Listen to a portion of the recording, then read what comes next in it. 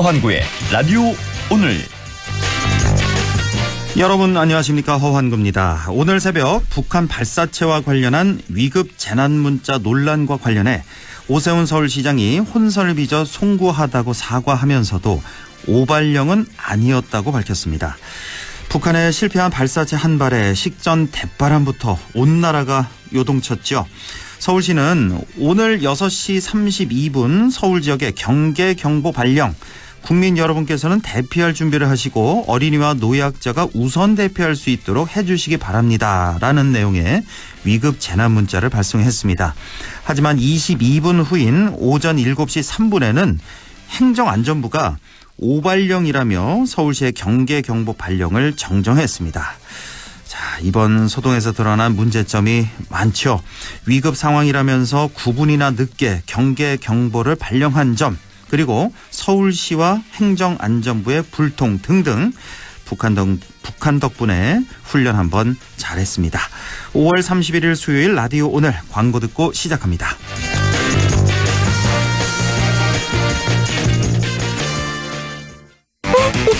없어졌어. 뭐가? KG 신개념 리스형 할부 프로그램으로 소비자 부담 없어졌어. 60개월 차량 할부 납입금 1일 1만 원대. 거기다 5년 10만 킬로미터 무상 보증, 엔진 오일 교환 5회. 5년 뒤 차량 가치도 보장해주니까 부담 없이. 토레스, 티볼리, 렉스턴 스포츠까지 5월 KG 모빌리티 전시장에서.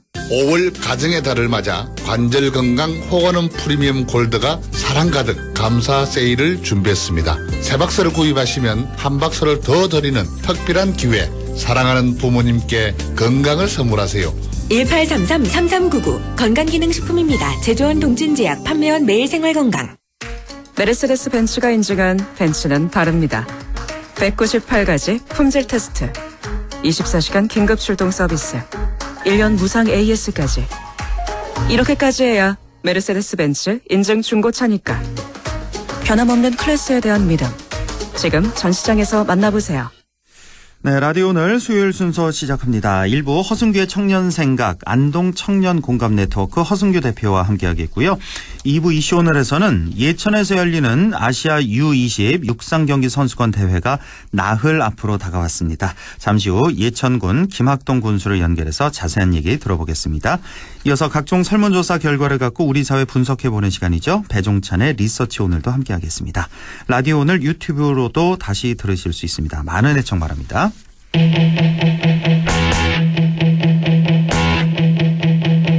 네, 청년의 관점에서 지역사회 이슈를 조금은 다른 시각으로 바라보는 시간 가져보죠.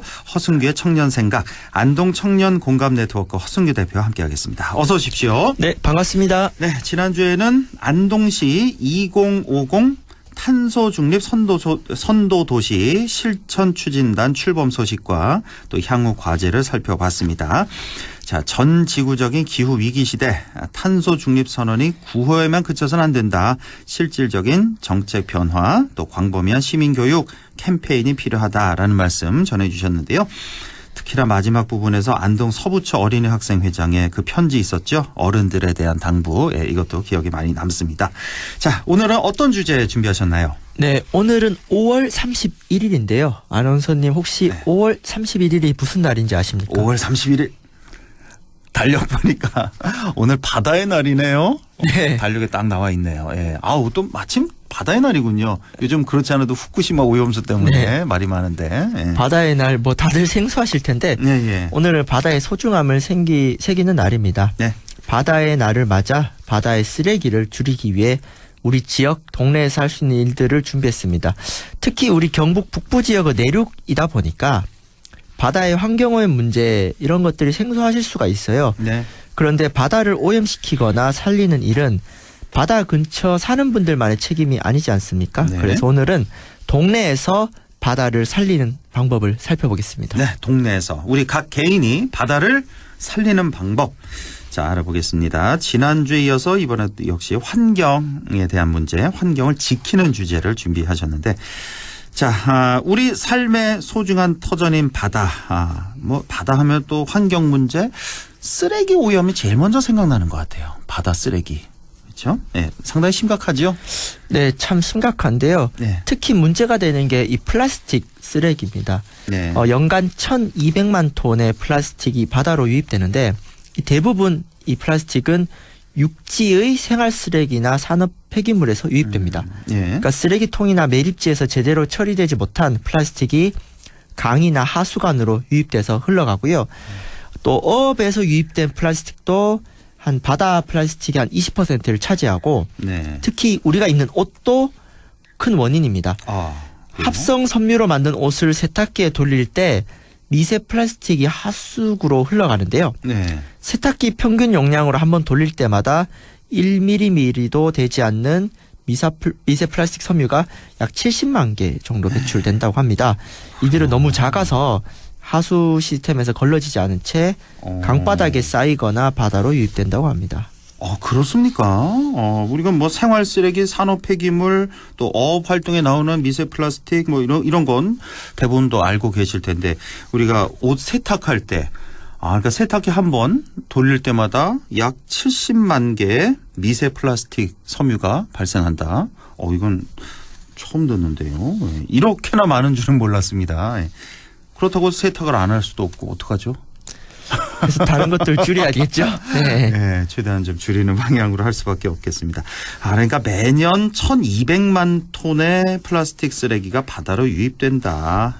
이거 알아두셔야 되겠고. 예전에 그 뉴스 보니까요. 바다 쓰레기들이 이렇게 한 군데로 좀 모이더라고요. 모여서 거대한 쓰레기 섬을 이렇게 만드는 걸 그걸 봤는데 이게 뭐 어마어마하다면서요. 우리 대한민국 면적보다 더 넓다. 뭐 이런 얘기 들은 것 같은데요. 네, 일명 태평양 거대 쓰레기 지대라고 하죠. 쓰레기 섬이라고 불리는 이 지역이 전 세계 쓰레기들이 이제 해류와 바람의 영향으로 응집된 지역을 말하는데요. 네. 특히 북서태평양 어장 동쪽에 분포되어 있는데 90% 가량이 썩지 않는 비닐과 플라스틱류로 이루어져 있습니다. 네. 그 2018년 기준으로 대한민국 면적의 15배. 라고 합니다. 15배예요. 어마어마하죠. 어마어마하네 네, 정말. 지금 뭐 더 넓어졌을 건데. 예. 근데 이렇게 되면은 뭐가 문제가 되면 1차적으로는 뭐 다들 아시겠지만은 어류들이 피해가 가죠. 당연하겠죠. 플라스틱을 먹는 어류들이 죽거나 다치는 것이고 예. 두 번째가 우리 인간들이 예민한 문제입니다. 어류 속에 미세 플라스틱이 농축되니까 어류를 먹는 우리 인간들에게 이 피해가 이어지죠. 뭐 여기까지는 다들 뭐 이해하실 겁니다. 우리가 또 평소에 생선을 자주 먹지 않습니까? 그런데 더 심각한 문제가 있습니다. 더 심각한 문제가 있다. 일단은 이 쓰레기 섬이 우리나라 면적이 15배나 있다. 이것도 지난 18년 기준이에요. 지금은 훨씬 더 많아졌을 것 같고. 아니 이거를 좀 수거해야 되겠네요. 전 세계적으로 좀 돈을 모으든가 해서 수거해서 처리해야 될 것 같은데요. 네, 그래서 수거도 하고 수거를 하는 그런 지구적인 프로젝트도 있습니다. 그러니까 전 지구적으로 그렇죠. 네, 근데 그것만으로 해도 너무 많고 특히 이것이 보통 특정 국가 소유가 아닌 바다다 보니까 뭐 돈도 많이 들고 좀 처리하기 애매하죠. 우리나라에서도 뭐 세금 쓸 때 많은데 저 북태평양 저기에 치우러 배 보내자고 세금 더 걷어내면은 그러니까 나중에 이번에 하자고 하겠죠. 일본이 또 바다 오염시키잖아요. 오염수 방류해서. 그러니까 이런데 좀 페널티를 줘서 너네가 쓰레기섬 하나 정도는 좀 치워라. 뭐 이런 식으로. 그렇죠. 이거 함께 참 책임져야 되는 문제인데. 야, 이 정도로 심각한 줄은 몰랐네요, 제가. 예. 자, 우리가 일단은 뭐 여기 생선들 먹으면 우리 몸에 쌓이니까 이런 것들이 그런 피해가 있는데 이거보다 더 심각한 문제가 있다고 하셨잖아요. 네, 이게 어떤 뭐 문제? 더 심각한 문제는요. 예. 이 플라스틱 쓰레기가 화학 물질을 유출하기 때문에 산호초를 포함한 바다 생태계 전체를 망쳐요. 아하. 근데 이게 뭐가 문제냐면은 제가 방송에서 여러 번 말씀드렸듯이 지구가 점점 뜨거워지는 기후 위기를 막으려면 기후 위기의 원인인 탄소 배출을 압도적으로 줄여야 되거든요. 예. 근데 이 바다가 바로 탄소 배출을 줄이는 주요 탄소 흡수원이에요. 바다가 네, 탄소를 고마운 바다죠. 예. 그러니까 우리가 탄소 배출이 되더라도 바다 덕분에 이렇게 유지가 되는 건데 예. 이 플라스틱 때문에 바다의 생태계가 파괴되면은 바다의 탄소 흡수 기능이 떨어져요. 네. 즉 결과적으로 기후위기 문제를 더 가속화시키는 겁니다. 그렇네요. 그러니까 바다 플라스틱 쓰레기가 바다를 망치면서 결국 기후위기 대응까지도 어렵게 만든다. 참 이런 말씀이시고 특히나 바다 이런 환경 오염은 탄소 배출, 그러니까 탄소를 흡수하는 바다 환경을 오염시키는 거기 때문에 탄소 흡수량도 또 줄어들게 된다. 그러니까 결국 바다 생태계를 지키려면 플라스틱을 최대한 줄이는 수밖에 없겠네요. 네, 그렇습니다. 저도 제가 좋아하는 음료수 사 먹을 때 네. 페트병에 있는 걸 좀 주저하게 되거든요. 그렇죠. 근데 또 먹을 때도 있는데 어쨌든 아까 말씀드렸듯이 이 대부분의 해양 플라스틱이 육지에서 나옵니다. 네. 그리고 아무리 분리수거 잘해도 매립과 소각으로 처리하는데 한계가 있죠. 그렇죠. 왜냐하면 매립이 되어도 일부 바다로 유입될 수 있기 때문에 네. 그래서 애초에 재활용 분리수거 하기 전에 아나바다 아껴 쓰고 나눠 쓰고 바꿔 쓰고 다시 쓰고 해서 쓰레기 발생량 자체를 줄이는 것이 최선의 활동입니다. 그렇죠. 예, 뭐 아나바다 다 아실 겁니다. 예, 아껴 쓰고 나눠 쓰고 바꿔 쓰고 다시 쓰는 활동. 자, 바다가 없는 우리 경북 북부 지역에서 우리 동네에서도 바다를 살리는 활동을 할 수 있다. 바로 이 아나바다 활동을 통해서 이런 말씀이시네요. 네, 그래서 이와 관련해서 우리 지역 사례 하나 소개해드리고자 합니다. 예. 최근 경북 안동시에선 시민 제한 실험실 생활 실험 백서 공모 사업을 진행 중인데요. 네. 시민들 스스로 지역 문제에 대해 고민하고 해결 방법을 찾아가는 실험 프로젝트를 발굴하고 지원하는 사업인데 그중에 깨끗한 지구 클리닝 데이라는 활동이 있습니다. 깨끗한 지구 클리닝 데이. 예. 뭐 클리닝 데이가 우리말로 하면 청소하는 날인데요. 예. 집안 청소를 하면서 집에서 안 쓰는 물건들을 찾고 이 찾은 물건을 프로젝트 팀에서 기부합니다. 지금 안동시의 특정한 동네 아파트 단지 3군데 대상으로 네. 지금 물건을 기부받고 있습니다. 아, 그래요? 현재 하고 있는 거예요? 기부를 받고 있는 거예요? 네. 아파트 3곳 안동에 네, 어느 안동시 아파트예요? 강남동에 네. 현진 1차 예. 성미 아파트, 화성 아파트 일단 3군데를 중심으로 예. 지금 아파트에 홍보하고 있습니다. 안동시의 현진 1차, 화성 아파트, 성미 아파트 이렇게 3개. 네. 현진 2차, 3차는 왜 빼셨어요? 같이 하시지. 주최 측에서 일부러 뺀 게 아니라 일단은 그 3군데를 하는 것이고 일단 이것이 이제 먼저. 동네마다 확산이 되면은 안동시 전체 다 하면 좋죠. 특정 아파트만 할 게 아니라. 네. 이 방송 들으시는 분들 여기 사시는 분들 많이 계실 텐데 어디로 연락하면 되는 거예요? 그럼 기부하고 싶다 하는 분들. 일단은 그 아파트 게시판에 지금 다 붙어 있거든요. 게시판에 붙어 있어요. 네, 거기 다 연락처 다 있겠네요. 네, 연락처 다 있습니다. 네. 예. 자, 클리닝 데이, 이 깨끗한 지구 클리닝 데이가 지구를 깨끗하게 하는 날이란 뜻도 있지만 내가 살고 있는 집 안을 청소한다. 그래서 집안을 깨끗이 한다는 의미도 있고, 그러니까 집안 청소하는 일이 결국 지구를 깨끗하게 한다. 이런 뜻도 되겠네요. 예. 이름 잘 지으시네요. 네, 그렇습니다. 예. 그러니까 이렇게 기부받은 물건들을 추려서 또 특정한 주말 안동 원도심의 지역 문화 행사와 함께 플리마켓 벼룩시장을 합니다. 예. 그러니까 장터에서 기부받은 물건을 파는 것이죠. 그렇게 하면 수익금이 생기지 않습니까? 예. 그 수익금은 불우이웃 돕기라든지 지역사회에 의미 있는 공익활동에 사용합니다. 정리하자면 시민들이 집안 청소를 하면서 찾은 쓰지 않는 물건을 자발적으로 기부하고 기부받은 물건은 그 물건이 필요한 다른 시민들에게 판매를 하고 판매를 한 수익금은 다시 지역사회에 환원하는 프로젝트입니다. 좋습니다.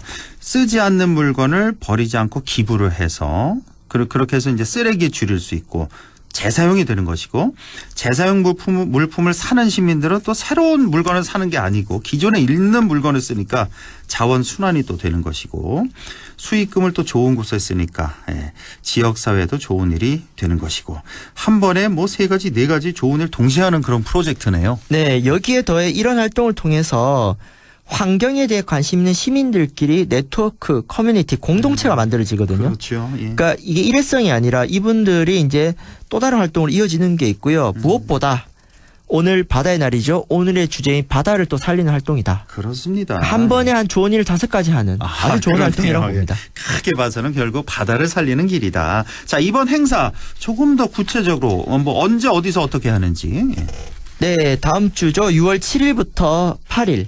수목 이틀간 안동시 강남동의 현진 1차 성미 화성 아파트에서 물건을 기부받을 수 있습니다. 지금 아파트 게시판에 공지가 되어 있고요. 예. 이 물건들은 6월 17일 토요일 오후 시간대에 안동의 태사묘라고 있습니다. 예. 거기에서 원도심에 있죠. 플리마켓을 합니다. 그런 다음에 그 수익금을 가지고 지역사회에 기부가 될 것이고 이것은 안동시에 지원 사업을 하는 공식적인 또 시민 활동이거든요. 예, 예. 그 안동 문화도시 사이트라든가 SNS에서 향후 활동들도 살펴볼 수 있습니다. 네, 다음 주 수요일 목요일이군요. 6월 7일, 8일 기부를 받습니다. 그 안동에 있는 세 아파트, 성미 아파트, 화성 아파트, 현진 1차 아파트 세 곳에서 이제 기부 받는 그런 행사를 갖고 그 다음 주 토요일이 되겠네요. 17일에 태사묘에서 이제 플리마켓도 한다는 거 다시 한번 말씀드립니다.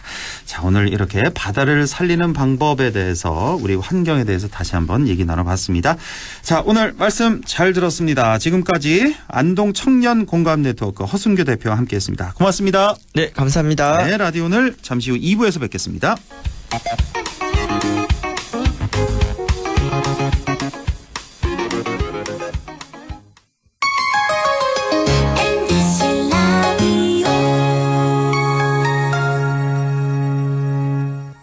가구 살 땐 꼭 한번 가보자. 안동 명품 가구 백화점. 흑표 흑침대, 양성국 갤러리, 금성침대, 한국 가죽 소파, 장수돌 침대. 다양한 브랜드 가구를 한 곳에서 쇼핑할 수 있는 대형 가구 전시장. 안동 명품 가구 백화점. 네 얼굴 와 글러? 야근한다고 티다. 네 월급은 와 글러? 최저임금은 안 오르지. 물가는 오르지. 내가 진짜 박스 죽겠다. 물가는 내리고 최저임금은 올리고 민주노총 경북지역본부가 앞장서겠습니다. 1577-2260 안동과학대학교에서는 6월 12일까지 지역산업연계 바이오 백신 인력 양성 과정 교육생을 모집합니다. 신청 자격은 만 18세부터 만 39세 이하의 경력단절 또는 미취업자로 안동시에 거주 중이거나 안동시 교육기관 졸업생 또는 졸업 예정자라면 누구나 지원 가능하며 교육비는 전액 무료입니다. 교육생들에게는 월 100만 원의 교육지원금을 지원합니다. 자세한 사항은 안동과학대학교 홈페이지를 참조하시거나 전화 054-851-3539번으로 문의 바랍니다. 여러분의 많은 지원 바랍니다. 미래에셋증권은 생각했어요. 해외 투자라고 큰돈 들지 않았으면, 그래서 실시간 미국 주식 소수점 매매, 밤잠 설치는 사람 없었으면, 데이마켓, 호가창도 다 보였으면, 나스닥 토탈뷰, 국내 주식처럼 편해진 해외 투자. 미래에셋증권에서 확인해보세요. 원금 손실에 유의하시고 투자 전 상품 설명서 및 약관을 꼭 읽어보세요. 100.1 MBC 라디오. 네, 6시 23분 7초 지나고 있네요. 라디오 오늘 2부 이슈 오늘 시작합니다. 예천에서 큰 행사가 열립니다. 바로 제20회 예천 아시아 U20 육상경기 선수권 대회가 오는 일요일부터 예천군에서 펼쳐집니다. 대회 준비는 잘 마쳤는지 궁금한데요. 예천군의 김학동 군수를 연결해서 자세한 얘기 들어보겠습니다. 김학동 군수님 안녕하십니까? 네, 안녕하세요. 예, 반갑습니다. 예. 자, U20, 아시아 U20 육상 경기 선수권 대회가 이제 불과 나흘 앞으로 다가왔는데요. 대회 준비는 뭐 잘 되고 있죠? 예. 대회 유치가 확정된 후 발빠르게 전담 TF팀을 꾸렸고, 예천 군수와 대한육상연맹 회장이 공동위원장으로 있는 대조직위원회를 통해서 차근차근 개최 준비를 해왔습니다. 예. 제일 먼저 시설물 보강에 신경을 많이 썼는데요. 예. 예천 스타디움 리모델링, 전광판과 조명 타워 교체, 경기장 도색 등의 예산을 투입해서 국제대회 개최 기준에 맞도록 경기장을 매우 산뜻하게 세단장했습니다. 아, 그렇습니까? 그리고 자원봉사자와 운영요원 모집도 순조롭게 진행이 되어서요. 네. 400명의 자원봉사자가 선수단 통역 그리고 안내 또 행사 운영 등에 힘을 보태고 별도로 선발된 50명의 운영요원도 경기장 내 심판을 보조하는 역할로 현장에 투입됩니다. 네. 단연간 우리 예천군은 전국 규모 육상 대회를 개최해왔기 때문에 경험이 많이 있습니다. 예. 그래서 대회 운영에 대한 충분한 노하우를 축적하고 있지만 금년에 전반기에만 5차례 국내 육상 대회를 개최하면서 충분한 리허설을 했습니다. 예. 그동안 빈틈없이 준비를 해온 만큼 성공적인 대회가 될 것으로 믿고 있습니다. 아, 예. 준비 뭐 확실히 하셨네요. 예.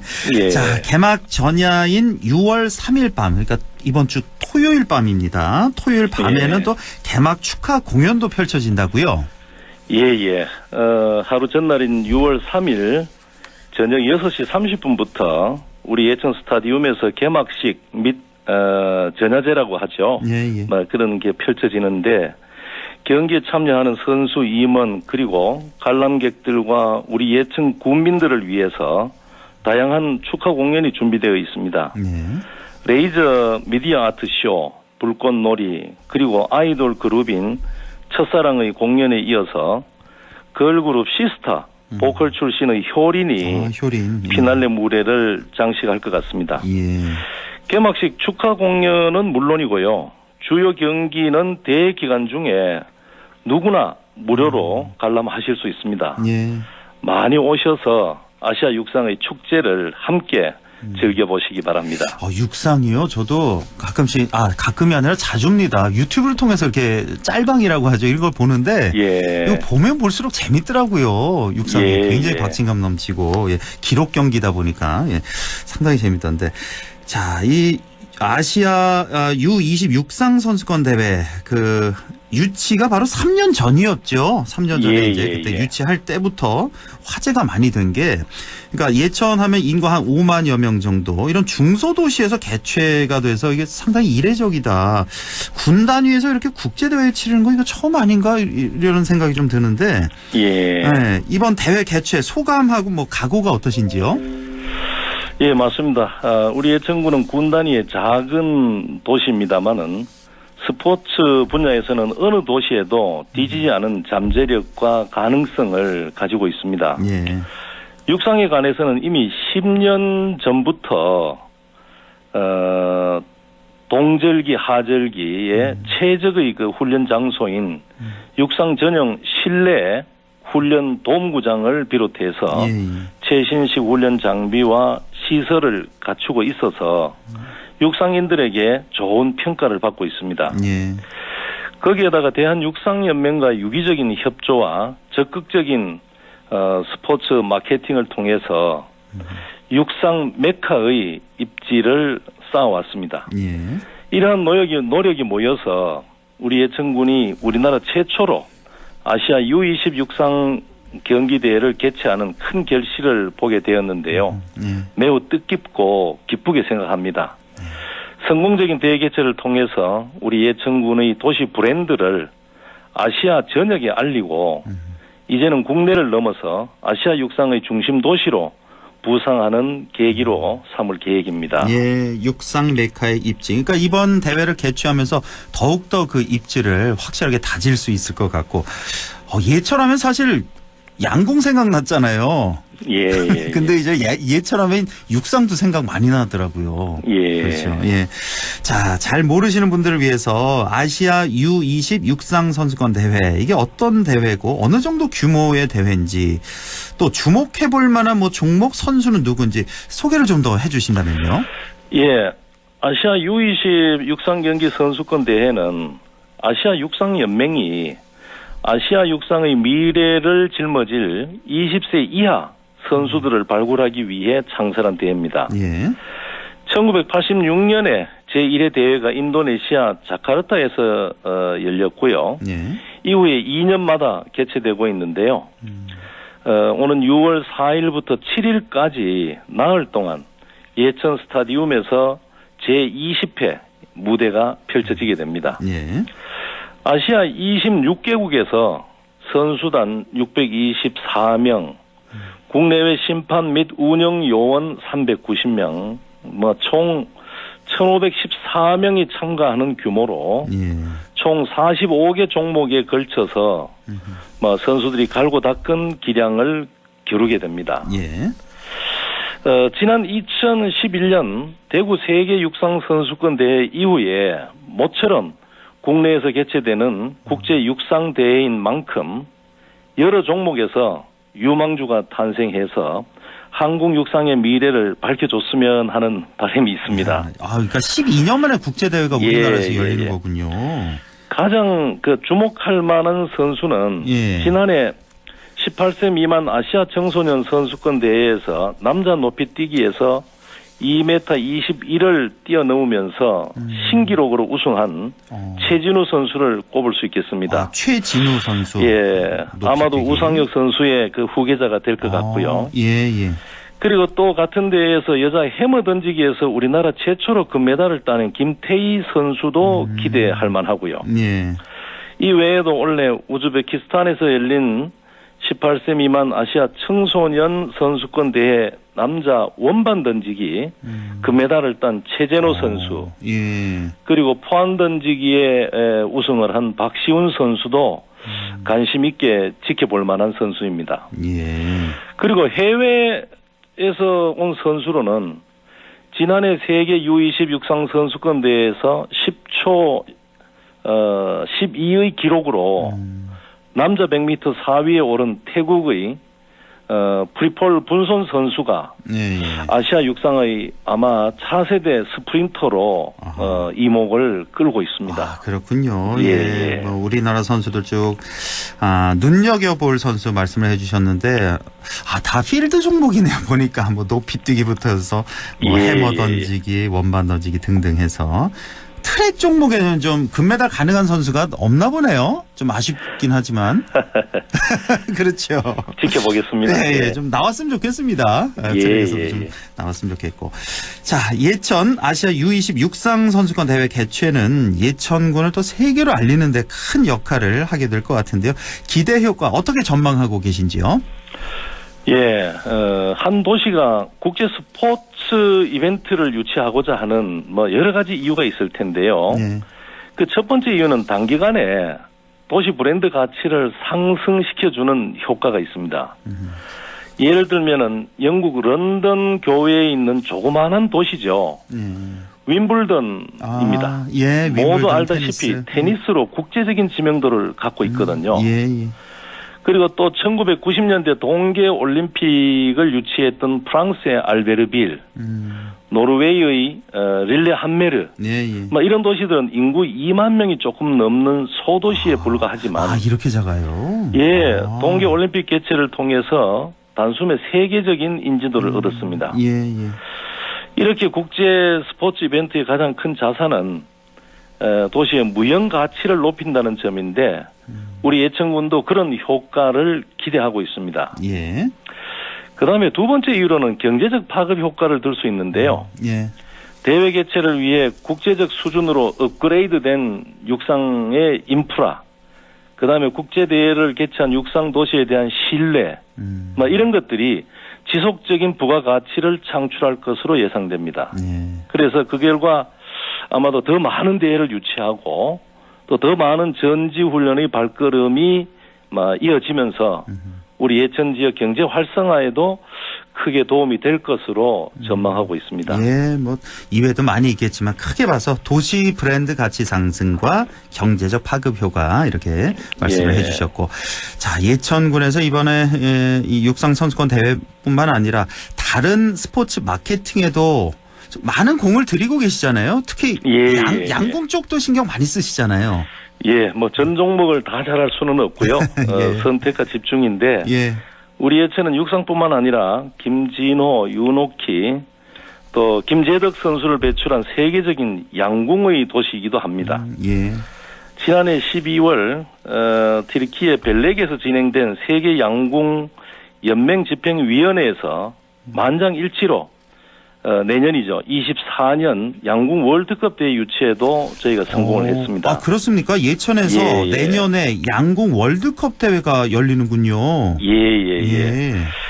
양궁 월드컵 대회는 올림픽 그리고 세계 양궁 선수권 대회와 함께 세계 양궁이 3대 이벤트 중 하나인데요. 내년 24년 5월 21일부터 26일까지 6일 동안 진호 국제 양궁장에서 개최될 예정입니다. 특히 2024년 파리 올림픽 출전권 획득을 위해서 70여 개 국가에서 선수와 임원 700여 명을 비롯해서 총 1000여 명의 양궁인들이 세계 각지에서 예천으로 올 것 같습니다. 1996년 진호 양궁장이 만들어진 이래 우리 예천군이 주관하는 최초의 국제 양궁 대회를 개최하게 되는 셈인데요. 예천군이 이제 명실상부한 글로벌 스포츠 도시로 도약하는 또 하나의 큰 발판이 될 것으로 기대하고 있습니다. 그렇군요. 꼭 1년 후네요. 내년에 양궁 월드컵 대회 예천에서 열린다는 거. 뭐 이번 U20 육상 대회도 뭐 큰 대회이긴 합니다만 이거보다 훨씬 더 큰 대회라고 볼 수가 있겠군요. 그러니까 파리 올림픽 출전권이 걸려 있어서 아주 중요한 대회, 아주 좋은 소식도 이렇게 들어와 있고요. 자, 이제 군정 제8기 민선 8기 군정 이끄신 지 이제 1년 되셨는데 요 내용은 다음에 또 이제 기회 있을 때 좀 여쭤보도록 하고요. 시간이 좀 많이 지나서 끝으로 마지막 질문 좀 우리 예천 국민들에게 당부의 말씀 좀 부탁드리겠습니다. 예천 국민 여러분. 우리 예천군이 그동안 수많은 스포츠 대회를 개최했지만 여러 국가에서 외국인이 오는 것은 처음입니다. 이번 대회는 단순히 하나의 국제대회를 치르는 게 아니라 예천 군민의 글로벌 역량을 시험하는 무대가 되기도 합니다. 세계인이 어느 도시의 이름을 안다는 것은 돈으로 환산할 수 없는 큰 가치를 가지고 있습니다. 선수단이 입국해서 대회를 마치고 출국할 때까지 불편사항 없이 오로지 경기에만 집중할 수 있도록 꼼꼼하게 대회를 준비했습니다. 군비 여러분들께서도 예천을 찾은 선수와 임원들이 깨끗하고 친절한 도시 이미지를 기억에 담아갈 수 있도록 성숙한 시민의식을 가지고 참여해 주시기를 바랍니다. 마지막으로 우리 안방에서 열리는 이번 대회의 주인공은 바로 우리 예천 군민 여러분입니다. 국민 여러분들께서 경기장을 많이 찾아 관람하시고 함께 즐기는 흥겨운 축제의 장이 될 것을 기대합니다. 감사합니다. 이번 주 일요일부터입니다. 일요일부터 나흘 동안 열리는 예천 아시아 U20 육상 경기 선수권 대회. 뭐 예천 국민뿐만 아니라 경북 북부 지역민들 모두 좀 많이들 찾아가셔서 응원도 많이 해주셨으면 좋겠습니다. 자, 지금까지 예천군 김학동 군수와 함께했습니다. 군수님 고맙습니다. 감사합니다. 라디오 오늘에서는 청취자 여러분의 참여를 기다리고 있습니다. 우리 지역에서 발생한 사건 사고 소식이나 함께 토론하고 싶은 내용을 안동 MBC 홈페이지 라디오 오늘 게시판에 올려주시기 바랍니다. 전화와 문자 참여도 하실 수 있습니다. 전화는 851국에 7191번, 문자는 샵 0913번으로 보내주시면 됩니다. 문자는 단문 50원, 장문 100원의 정보 이용료가 있습니다. 여러분의 많은 참여 바랍니다.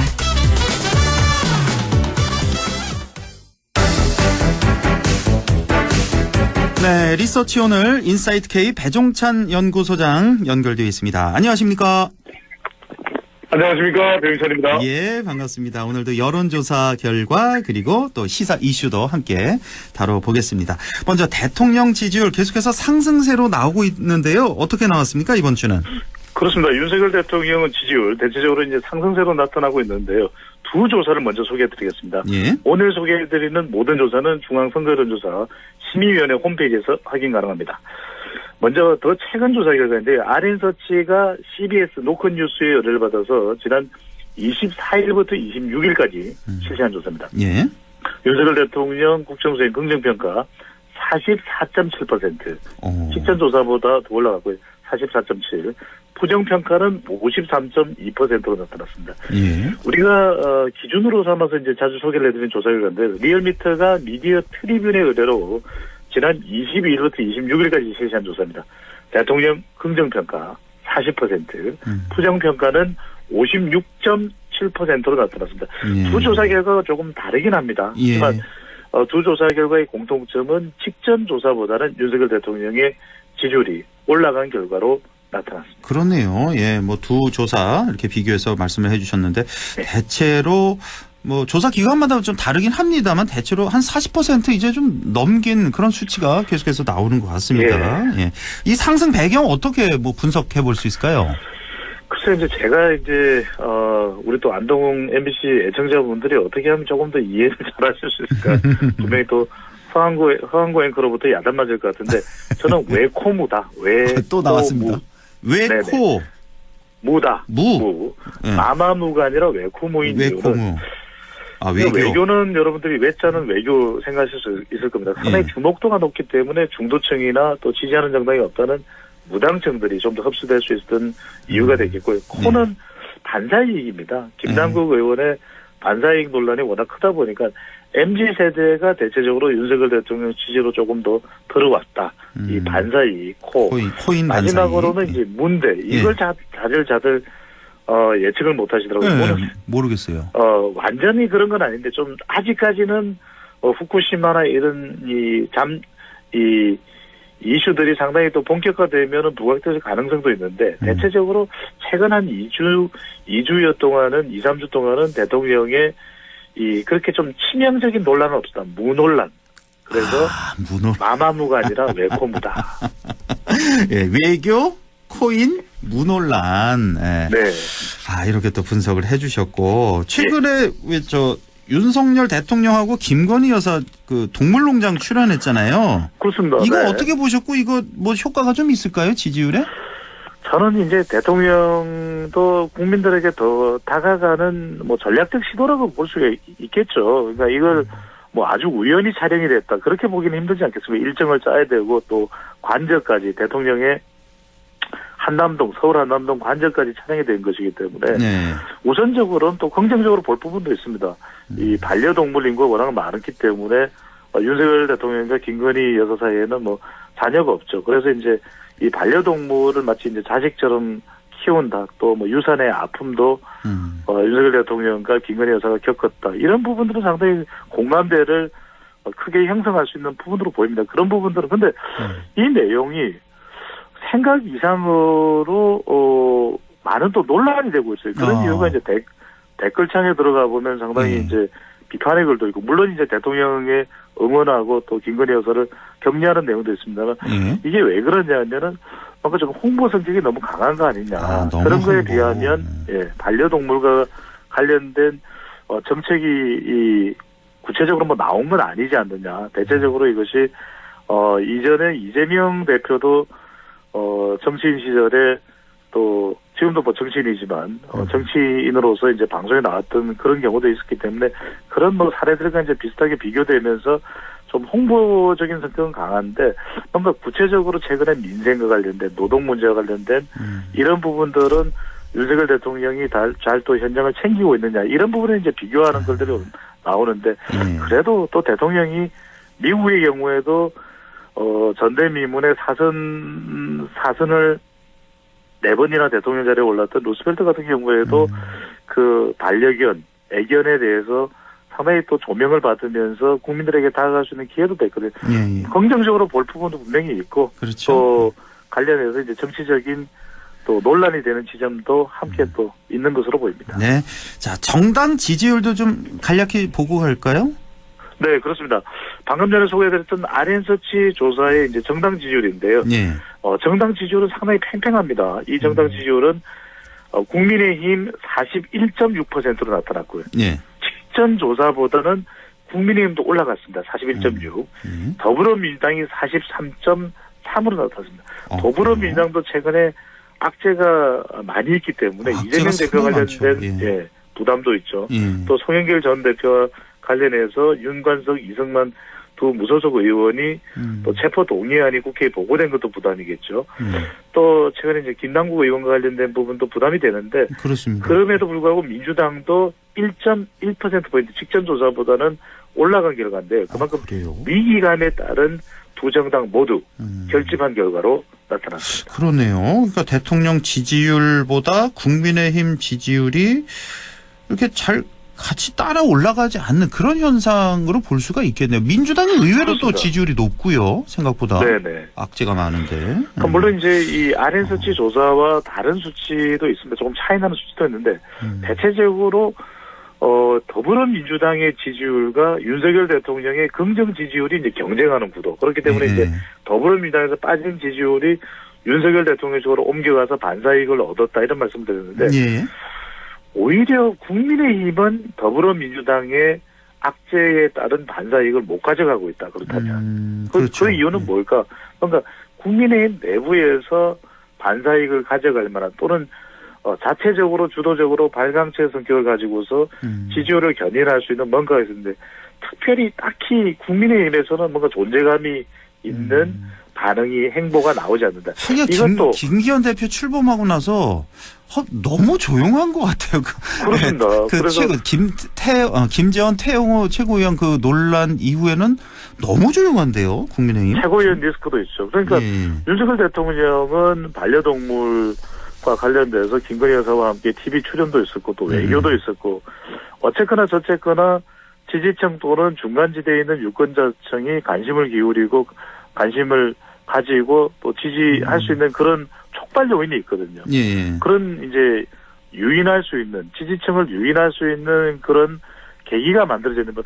국민의힘은 뭔가 없어요. 뚜렷하게. 그렇죠. 지난 윤리위 최고위원 관련된 리스크가 도마 위에 올랐고 그 외에는 딱히 최근에 이제 김기현 대표와 이재명 대표 사이에 TV 토론의 이야기가 나고 그 외에는 뭐 정책을 주도한다든지 또는 대통령의 법안 거부권과 관련해서 더불어민주당에서 뭔가 적극적으로 상당히 좀 신박한 또 유권자들이 마음에 들어할 만한 그런 대안을 또 마련했다는 보도가 나오는 것도 아니고 상당히 또 존재감에 따른 부분이 최근 국민의힘 지지율이 그렇다고 해서 내려가는 건 아니다 하더라도 쑥 올라가지 못하는 원인으로 분석됩니다. 그러니까 이럴 때일수록 이제 그렇지 않아도 계속해서 왜 윤심 논란 그러니까 너무 대통령만 보이니까 정부 여당 쪽에서 보면은 그러니까 이럴 때일수록 좋은 정책 왜 민생 입법 이런 걸 좀 팍팍 추진해서 존재감을 좀 발휘해 줬으면 좋겠다는 그런 말씀 드리고요. 그렇습니다. 선생님께서 말씀하셨던 대로 뭐 그 너무나 뻔한 이야기일 수도 있지만 자꾸만 국민의힘을 보면은 윤석열 대통령만 보인다 이렇게 되면은 우리 국민의힘의 존재감과 경쟁력이 떨어지고 내년 총선은 국민의힘에 대한 평가 물론 윤석열 대통령의 임기 중반에 대한 평가도 성격도 있겠지만 국민의힘이 얼마나 잘하고 있나 집권여당 이 부분에 대한 평가를 생각한다면 다른 부분보다는 정책이 중요합니다. 얼마만큼이나 정책 주도를 할 수 있느냐 이게 사실 가장 중요한 생명력이라고 봐야 되겠습니다. 그나저나 김기현 대표랑 이재명 대표 토론 확정이 됐나요? 소식 들으셨나요 혹시? 제가 아직 못 들어서. 구체적인 일정이 나오면 좋겠는데 저도 방송 들어오기 전에 확인을 했습니다만 이게 이제 공개적으로 토론하는 것에 대한 일종의 이 온도차도 있는 것 같아요. 이 더불어민주당과 국민의힘 내부에서도 이게 공개 토론을 했을 때 민생 관련된 주제로 충분하게 협의가 되면 좋은데 자칫 이제 후쿠시마라든지 민감한 이슈가 등장하게 되면 최근에 이 집회 시위와 관련해서 또 노란봉투법 관련해서는 좀 이렇게 생산적으로 토론이 되면 되는데 방송이 되면 그렇게 되기도 힘들거든요. 지지층이 다 보고 있기 때문에 지지층을 생각한 발언을 하다 보면 자칫 좀 의기투합하려고 하는 그런 토론회의 시도가 있었는데 이 또 토론회가 끝날 무렵에 서로 싸한 쌩한 분위기가 조성될 수 있어서 저는 공개하냐 공개하지 않느냐 TV 토론회 형식을 취하냐 아니냐 서로 뭔가 좀 결과를 만들어내자 서로의 장점을 바라보고 존중하자라는 태도가 더 중요할 것으로 보입니다. 요즘에 워낙 여야 간의 쟁점이 너무 많기 때문에 또 감정 싸움으로 또 끌고 가는 그런 것들이 많기 때문에 자칫 토론에 잘못하다가는 발전적인 어떤 결과라기보다는 또 싸움만 더 남게 되는 그럴 수도 있겠네요. 사실 어떻게 보면. 저는 방법이 있습니다. 방법은 두 가지인데 지금 우리가 이 두 정당에 대한 국민의힘과 더불어민주당에 대한 이 혐오감 또 호감도를 물어보면은 굉장히 비호감도, 혐오감이 높습니다. 그래서 비호감이 높다. 그렇습니다. 국민들로부터 두 거대 정당이 그런 치탄의 대상이 되면 안 되지 않습니까? 그래서 저는 이걸 해결할 수 있는 방법이 지금처럼 이제 토론회를 통해서 협의하는데 이때 중요한 게 서로 적어도 장점 5가지를 먼저 이야기하고 토론을 출발하는 것. 그다음에 두 번째가 중요합니다. 네. 이 토론의 진행을 허한구 앵커가 합니다. 왜 또 갑자기 또 이쯤 하고요. 그러니까 좀 토론회 하면은 뭐 여야 대표니까 얼마나 높은 사람들입니까? 좀 희망과 미래가 보여야 되는데 오히려 또 절망과 또 과거로 회귀하지 않을까 이런 또 걱정도 되고 어쨌든 이걸 좀 지켜보고요. 그나저나 제가 좀 오늘 여쭤보고 싶었던 게 어제 한꺼번에 한상혁 방통위원장 면직 재가가 있었고 또 MBC 또 압수수색이 있었단 말이에요. 이게 지금 뭐 방송 장악하는 거 아니냐 뭐 이런 비판도 상당히 많은데 자 이것 좀 여쭤볼게요. 한상혁 방통위원장 뭐 여러 가지 뭐 비판의 목소리가 많습니다만 이 방통위원장이라는 자리가 이게 면직 대상이냐 그러니까 국회에서 탄핵으로 면직이 가능한 거 아니냐 이런 비판이 있는데요. 이 문제 어떻게 보십니까? 이 어제 그 면직한 거에 대해서. MBC 기자의 압수수색 관련해서도 이제 제가 이제 데이터상으로 분석을 해보면 결국 보수층에서는 그럴지 몰라요. 아 속이 후련하다. 지난 문재인 정권 때 정말 짜증났는데 이렇게 윤석열 정부가 또 검찰에서 처리하니까 좋다 이렇게 생각할지 몰라도 중요한 것은 이 확장성이나 또는 국민들의 더 호응을 얻어내는 국정 운영이 되기 위해서는 뭐 진영 간 대결 구도라고 생각한다면은 중간지대 유권자가 중요하지 않겠습니까? 그러니까 우리가 이야기하는 중수층, 중도, 수도권, 또 청년층인데 이게 명분이 과연 있을까? 왜냐하면은 한상혁 방송통신위원장과 관련된 내용도 한상혁 방송통신위원장의 자리와 또 TV조선 재성인과 관련 부분 별개해야겠죠. 별개로 놓고서 그 부분에 대해서 뭔가 더 수사할 내용이나 또 진상을 규명한 내용 그럼 따지면 되는 거지. 이게 자리를 가지고서 7월이면 임기가 끝나는 한상혁 위원장에 대해서 5월 말에 면직을 시켰다. 후련하다. 이렇게 접근할 일은 아니거든. 또 하나 뭐냐면 MBC와 관련된 부분도 MBC에 대해서 뭔가 한동훈 장관과 관련돼서 신상 부분이 있다면 오히려 더 지금 정부의 이 법무부 장관이기 때문에 상당히 신중할 필요가 있을 겁니다. 왜 그러냐면은 이게 자칫 잘못하면은 이 정치적 감정으로 전개돼 버릴 수가 있거든요. 오히려 뭔가 MBC에 대해서 MBC의 보도나 이런 부분에 대해서 취재에 대해서 뭐 정부 입장에서 항의할 부분이 있다면 또 불만스러운 부분도 있겠죠. 그런 부분도 있을 수 있겠죠. 그렇다면 그거는 얼마든지 합리적인 방법이 있습니다. 뭐 언론중재위원회라든지 아니면 서로 간에 협의를 통해서 이런 부분들 좀 개선해달라고 요구를 한다든지. 그런데 그게 아니라 압수수색을 해버리면 상당히 이 정신적으로 받게 되는 위축감은 언론으로서 클 수밖에 없거든요. 중요한 건 자기 진영의 내 편의 한우와 박수가 아니라 정말 중간지대에 있는 유권자들이 국민들이 더 긍정할 수 있고 더 수긍할 수 있는 그런 행보가 필요할 것으로 봅니다. 그러니까요. 뭐 민주노총 대하는 태도도 그렇고 지금 뭐 MBC를 향한 또 방통위원장을 향한 그러니까 너무 이게 좀 노골적으로 한다. 노골적으로 밀어붙인다는 느낌. 이거는 정말 지울 수가 없고. 지금 그렇지 않아도 지금 MBC에 대해서 뭐 너무 탄압하는 거 아니냐. 뭐 보복 수사, 별건 수사 아니냐. 뭐 본보기식 수사 아니냐. 이런 비판이 상당히 많습니다. 이거 좀 저는 데이터로서 이제 분석을 드리면 이렇습니다. 물론 이제 뭐 사정 국면도 어떤 경우에는 국정 운영에서 필요할지도 모르겠죠. 하지만 지금 시점에 더 중요한 것은 정책을 통해서 여야와 더 소통하고 또 언론에 또 더 자주 소통하면서 사실 언론이라는 것이 국민을 대신해서 물어보고 있고 또 여러 가지 또 언론의 속성이 있다 하더라도 그것은 합리적인 방법으로 절충을 하거나 또 의문이 드는 게 있으면 묻고 하면 될 일이거든요. 그런데 그 부분보다는 오히려 대결 구도로 간다는 것 자체가 국민들로서도 지켜보는 국민들도 더 큰 부담이 되는 거죠. 너무나 좀 적대적으로 통치하는 거 아니냐 하는 그런 아쉬움 지울 수가 없습니다. 오늘 말씀 여기까지 해야겠네요. 인사이트 K 배종찬 소장과 함께했습니다. 고맙습니다. 감사합니다.